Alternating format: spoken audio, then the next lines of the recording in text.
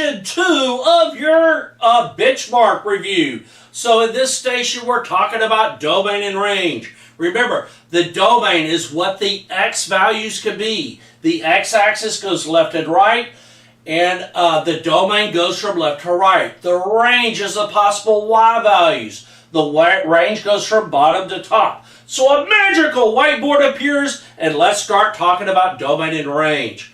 Okay, so on the first problem, I have a graph of a linear function. You're probably going to see some type of graph like this, okay?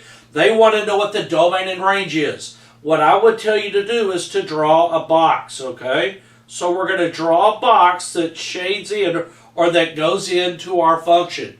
The domain is going to go from the left to the right, and the range is going to go from the bottom to the top, okay? So the left part of our domain is right here at -3. The right part of the domain is at 5. For the domain, we put x, and then you put less than or equals. If we had an open dot, it would be an equal bar. And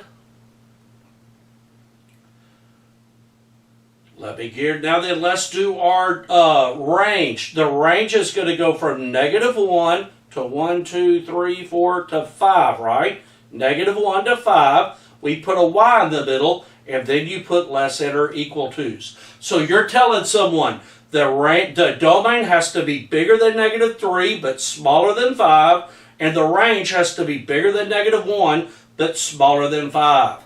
That's how you get the domain and range from a graph. Let's go to here. Okay, Bubba Bob gets paid $15 for each car he washes. He can typically wash 4 cars each time he works. If the amount of money, y, is a function of the cars washed, what is a reasonable range? So we're going to make a t-chart. We're going to have x and y on our t-chart. And the x is going to be the cars, and the y is going to be the money. So at 1 car, he's going to get $15. At 2 cars, he's going to get $30. At 3 cars, $45. 4 cars would be $60, would it? This right here would be the domain, which would be the cars, and right here would be our range, which is the money, right? So which one would be the range? It would be the money, 15, 30, 45, 60, right? On this problem, you need to make this t-chart to get the answer. You just can't guess at it. So make sure you make the t-chart. Let's keep going. Okay, a function is represented by the ordered pair shown. What is the range? So remember, each ordered pair has x and y, doesn't it? The range is all of your y's, which is 3, 3, 3, 5, and 7. You only write down each range once. So my range is going to be 3, 5, and 7, or choice C. You won't write down the 3 2 times. You only write it down once. Piece of cake. Domain is x's, range is y's. Domain is input, range is output. And lastly, what is the domain and range of the quadratic function? Real quickly, I'm going to graph this function, and we need x squared minus 8x plus 5. So we're going to go to graph. We're going to hit tab, x squared minus, let me get x squared in here, x squared minus 8x plus 5.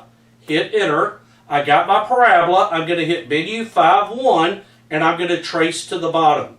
So I'm going to hit the left arrow button till I get to the bottom. I think it's going to be at the 4, right here. 4 comma -11 is my minimum. So I'm going to go over here and put a dot right here. This was 4 comma -11. And my graph did this, didn't it? Notice there's a arrow mark here and an arrow mark here. The domain is going to be all real numbers in it.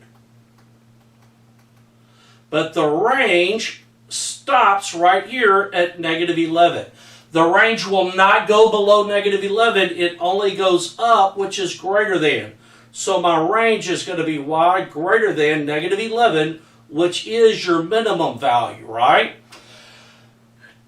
You're going to complete the matching and then do the problems in your Canvas quiz and then go to Station 3. You are amazing. You are created to do wonderful things, and you are awesome.